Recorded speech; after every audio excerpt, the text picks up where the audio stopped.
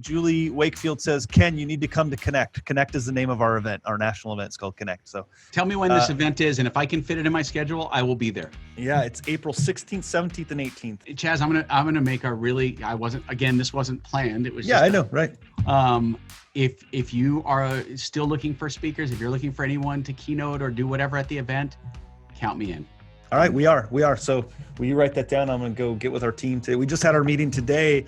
Guys, if you're, by the way, so this is great. Thank you for doing that. I love that. I love the connection here. So I'm like, all right, let's just do this. Let's do it. And the only thing I have that conflicts with it is my Habitat for Advisory board meeting, but I'm sure that I can remote into that.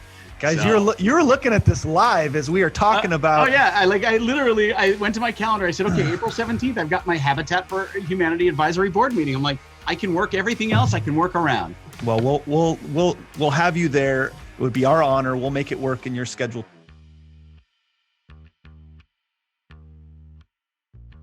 And then I guess I can tell you this. Tomorrow we're announcing that I'm getting picked up for 14 episodes of my own solo series called Flipping 101.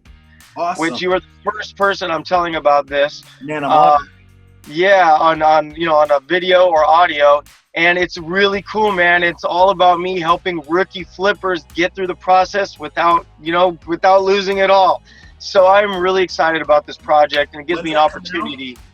It's going to be, I start filming that in a few weeks. That's so cool. And yeah, I start filming in a few weeks, 14 episode pickup, and it's all about mentoring rookie flippers.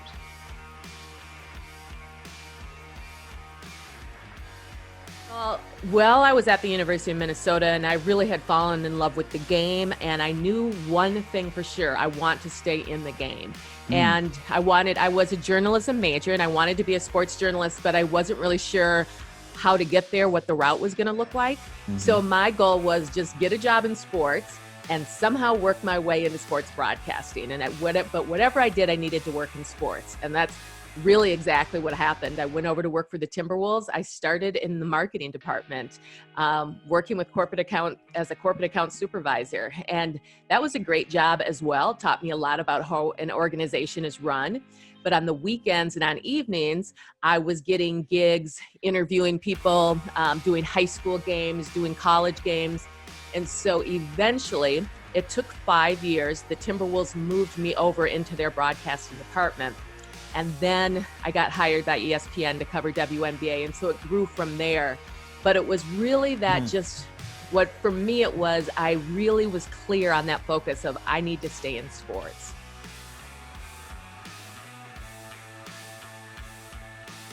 So Chaz, the book that I wrote, The Family Board Meeting, where this is pretty much what put us on the map, because I just saw this struggle with entrepreneurs feeling like they were disconnected from their children. It's a terrible feeling. Again, the three dominating emotions are guilt, depression, and bitterness. And who's going to do their best on personal or professional side if they feel like that? So what I started to do, it was years ago, I gave at Christmas time, my oldest sons, they were 7 and 5, quality time coupons at Christmas. And I said, look, you are my most important investor in my life. And they're like, what the heck is that? They're 7 and 5. And I said, it doesn't matter, but you're going to cash on these coupons every quarter. And they're like, what's a quarter? I said, every 90 days. They said, okay, every 90 days, you're going to cash this in. We're going to have a day together. Just you and I, one-on-one. I'm going to turn my phone off. You plan the day, and we're just going to spend time together.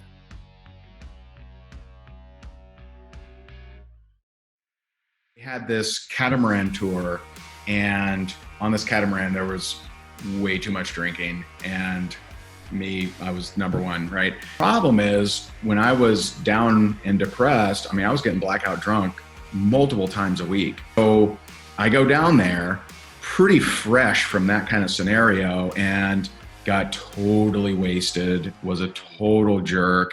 And 2 of the 3 owners wanted to boot me out of the company.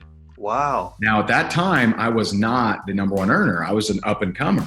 And they're like, dude, that guy's trash, man. We need to get rid of him. So 2 of the 3 wanted to boot me, and 1 of them fought for me.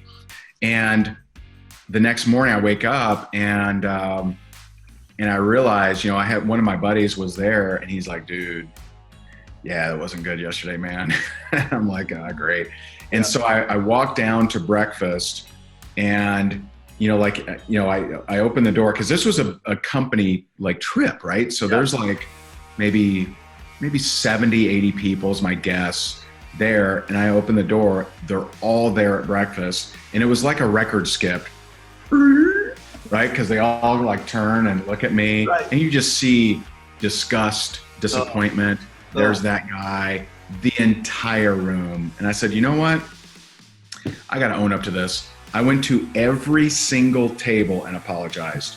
And I said, listen, I'm just getting out of a bad situation. I drank way too much. I just want to say I'm sorry. I don't recall all that I did. I know that I was a total jerk. This isn't me. I just want to apologize. I went to every single table and apologized, including the owner's table. And I didn't have a great relationship with any of them. I mean, we had just met, and that was their first, reaction to me, right? And so I did that, and then, whatever. That's the it's just what it was. Yeah. Years later, I learned that the one owner, when I did that, that's why he fought for me. Wow. Because he thought that was such a stand-up thing to do, and so I didn't know I was fighting for my income there. I was doing it because it was the right thing to do, and I didn't want to be a chicken and a coward and just try to sit there and pretend like nothing happened. And so I just did what I thought was right, and that's actually what kept me in that company.